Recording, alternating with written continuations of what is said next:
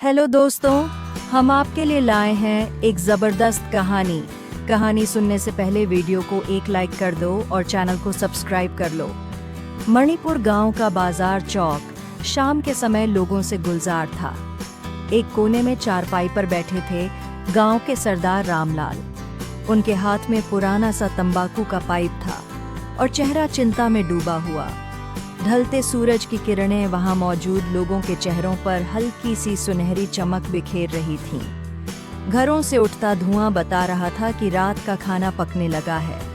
आसमान में काले बादल धीरे धीरे छाने लगे थे, जो बारिश की आहट दे रहे थे। सरदार जी ने गहरी सांस लेते हुए कहा, लगता है इस बार फिर मौसम हमारी मुश्किल बढ़ाने वाला है। बेटे ने बताया कि जल्द ही तेज बारिश हो सकती है।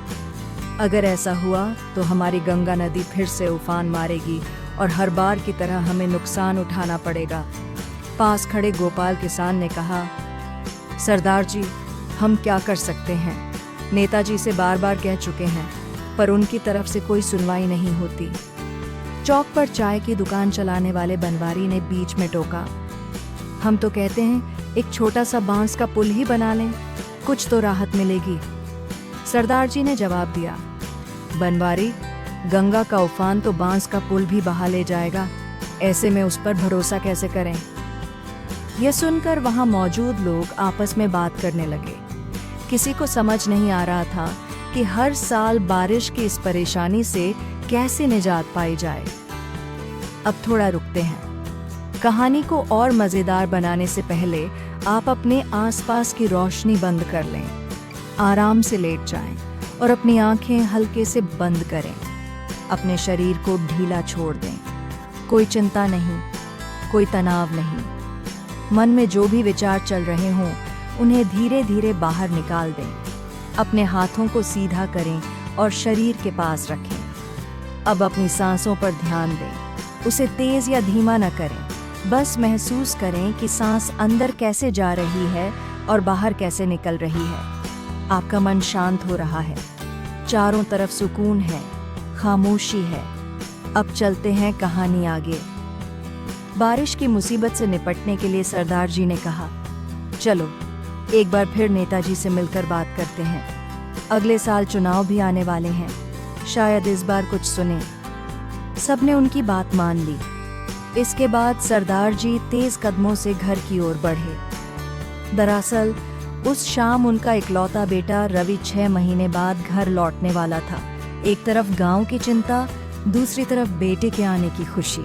सरदार जी का मन दोनों भावनाओं में उलझा हुआ था। घर पहुंचते ही उन्होंने देखा कि रवि पहले से ही वहां मौजूद था।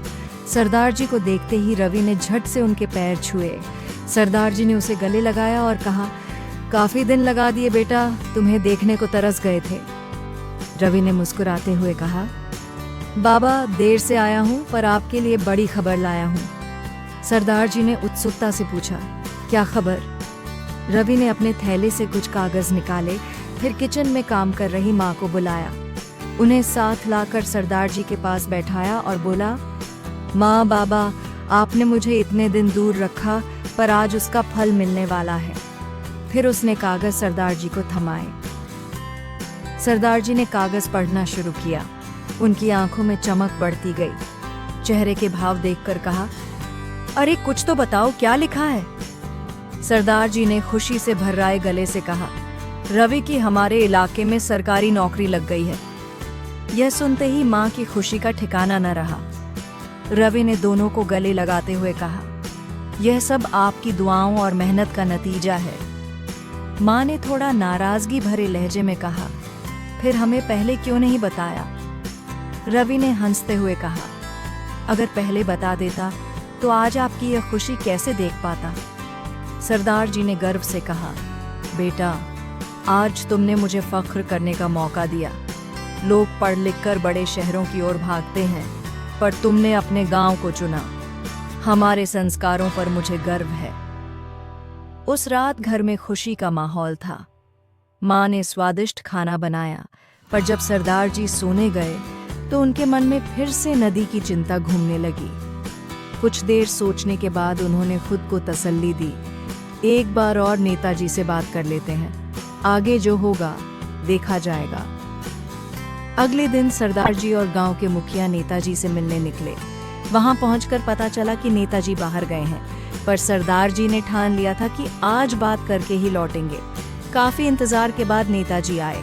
पहले तो उन्होंने टालने की कोशिश की, पर सरदार जी के हट के आगे उन्हें मिलना पड़ा। सरदार जी ने साफ कहा, नेताजी, आप हमारे चुने हुए हैं, हमारी परेशानियों का हल निकालना आपका फर्ज है। मुखिया ने आगे कहा, हर साल गंगा नदी हमें परेशान करती है। गांव 2 हिस्सों में बंटा है। बारिश में नदी पार करना मुश्किल हो जाता है। एक पुल बन जाए तो सबकी जिंदगी आसान हो। नेताजी ने हल्के अंदाज में कहा, आप लोग जल्दबाजी करते हैं। मैंने आपकी बात ऊपर भेज दी है।